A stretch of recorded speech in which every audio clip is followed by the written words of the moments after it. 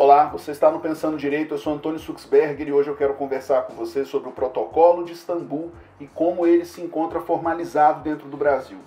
O enfrentamento da tortura, dos maus-tratos, sempre foi um tema muito importante no chamado direito internacional dos direitos humanos ou direito internacional humanitário, a ponto de as Nações Unidas, no ano de 2001, já há mais de 20 anos, ter editado aquilo que a gente conhece como Protocolo de Istambul.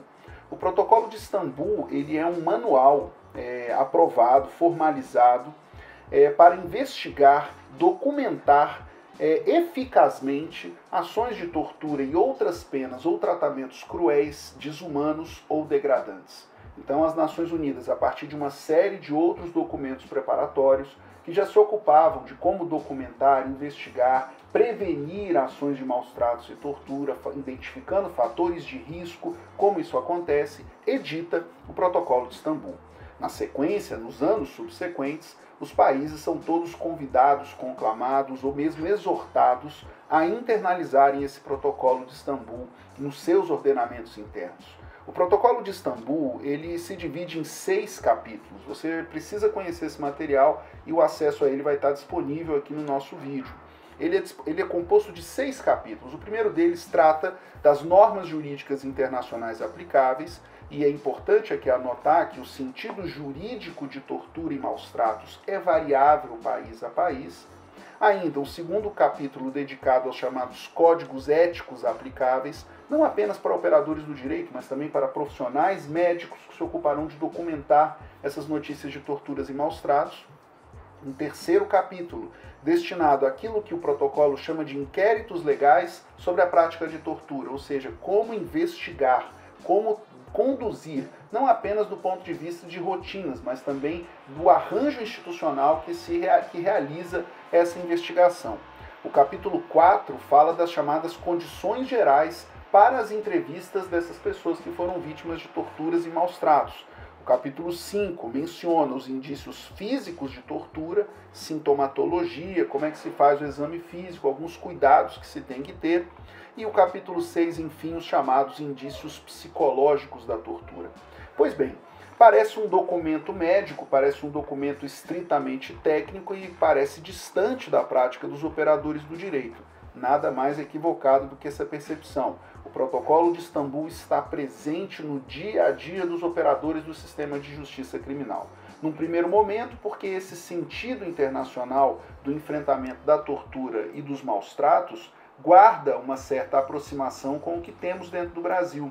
Eu não estou me referindo unicamente ao que seja a lei que positiva o crime de tortura, o tipo legal. Eu estou dizendo no sentido de que, na normativa internacional, tortura é aquilo que evidencia a demonstração de uma dor ou sofrimento mental ou físico que seja grave, imposto deliberadamente ou que tenha ocorrido uma exposição intencional a uma dor ou um sofrimento mental ou físico considerável.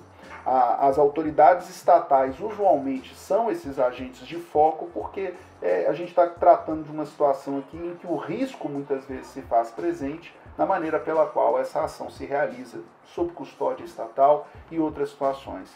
No caso da tortura, esse sofrimento é imposto com um propósito específico, muitas vezes obter uma informação, castigar ou intimidar a vítima. Mas o ponto todo aqui que me interessa não é tanto a problemática do que seja o sentido jurídico penal no Brasil de tortura, mas sim como o Brasil internaliza documentos que versam sobre o Protocolo de Istambul. E nós vamos encontrar basicamente 2 resoluções, uma do Conselho Nacional de Justiça, outra do Conselho Nacional do Ministério Público, que versa sobre isso. Se você está estudando para o concurso público, carreiras de juiz, Ministério Público, defensor público ou mesmo as carreiras policiais, esse documento é fundamental, porque ele trata das providências iniciais diante de alguém que noticie ter sido vítima de maus-tratos ou mesmo a expressão mais grave disso, que seja a tortura. O ponto que anoto aqui diz respeito a 2 resoluções.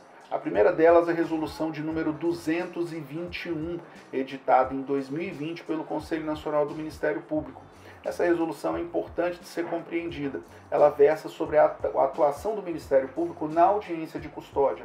A audiência de custódia ou audiência de apresentação nada mais é do que a realização de um ato judicial por meio do qual aquela pessoa que se encontra presa, detida, custodiada pelo Estado é apresentada a um juiz e nesse momento são verificadas as circunstâncias em que a prisão ocorreu, é verificada a legalidade dessa prisão, e especialmente nos casos em que a prisão imposta é uma prisão cautelar, como é a prisão flagrancial, o juiz verifica a necessidade e a adequação de manter aquela prisão processual, convertendo-a em prisão preventiva. A audiência de custódia ela é firmada e formalizada entre nós por uma pluralidade de atos normativos. A resolução do próprio CNJ de número 213, a determinação do Supremo Tribunal Federal proferida quando do julgamento da ADPF 347, medida cautelar, a famosa ADPF que afirmou o estado inconstitucional de coisas do nosso sistema prisional, e enfim, nos atos subsequentes que materializam a fixação da audiência de custódia. Hoje a audiência de custódia, inclusive, se encontra positivada no Código de Processo Penal, graças à alteração promovida pelo pacote anticrime, a Lei 13.964, de 19 de dezembro de 2019.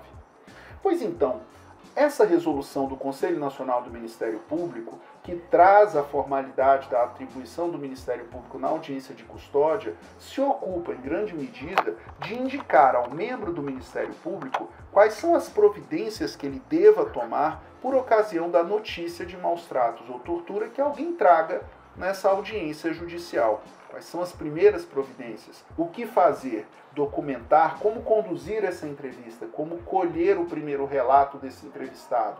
Quais são as providências subsequentes de refazimento, com observância de algumas prescrições, do exame de corpo de delito ad cautelam? Eu posso dar um exemplo concreto. Imagine vocês que o sujeito foi submetido ao exame de corpo de delito ad cautelam e no histórico desse exame o médico não indaga da pessoa que lhe é apresentada, unicamente submete-a a um exame clínico sem indagá-la a respeito disso. Não há entrevista, simplesmente vê esse corpo.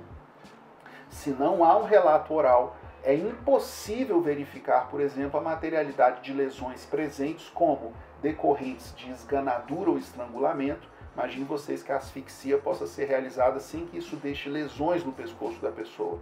Ou mesmo outras sortes de tortura psicológica que podem vir a ser documentadas a partir de uma entrevista qualificada. Se na condução da inquirição da audiência de custódia, promotor de justiça, juiz ou mesmo o defensor que assiste essa pessoa que é apresentada conduz uma inquirição permitindo a construção de uma declaração afirmadamente espontânea e livre desse relato, parece ser o caso de providências subsequentes de maneira a bem qualificar essa prova e documentar essa prática. Há outros pontos também que devam ser objeto de atenção, como, por exemplo, a presença de agentes responsáveis pela apresentação dessa pessoa presa, diferente do corpo de agentes, por exemplo, responsável pela prisão. Ou seja, uma série de providências que tocam a institucionalidade da apresentação dessa pessoa submetida à prisão. O CNJ também edita uma outra resolução versando especificamente sobre a internalização do Protocolo de Istambul entre nós.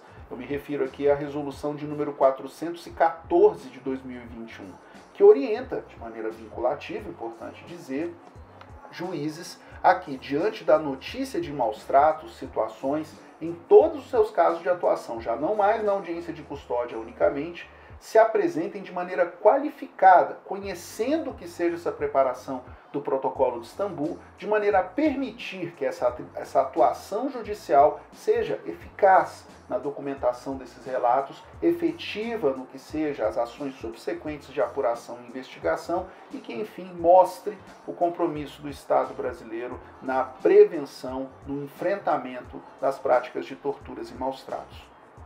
Protocolo de Istambul. Parece uma daquelas expressões assim que toma de surpresa o candidato de concurso. Pois então, não vai tomar você de surpresa, porque agora você já sabe que se trata de um documento emitido pelas Nações Unidas, internalizado no direito brasileiro e que orienta a ação, especialmente do próprio Ministério Público e do Poder Judiciário, na tomada de providências de maneira a documentar, formalizar investigações e promover ações eficazes de prevenção, investigação e enfrentamento da tortura e dos maus-tratos. Não deixe de consultar esses atos normativos e conhecer o que sejam os resultados da internalização desse protocolo entre nós. Tema super importante e, acredite, estará presente nos próximos concursos públicos, porque ele se insere tanto na temática de direitos humanos, como também nos relevantes temas que tocam o direito processual penal e o direito penal. Você não pode ficar fora disso. Tudo bem? Nos próximos vídeos devo trazer outros protocolos e outras providências de compreensão necessária à capacitação e formação continuada desses profissionais do sistema de justiça. E, é claro, processos seletivos para essas carreiras igualmente se ocuparão desses temas. Qualquer dúvida, deixa aí seu comentário, participe e no Pensando Direito a gente tenta trazer essas respostas de maneira mais simples. Um grande abraço.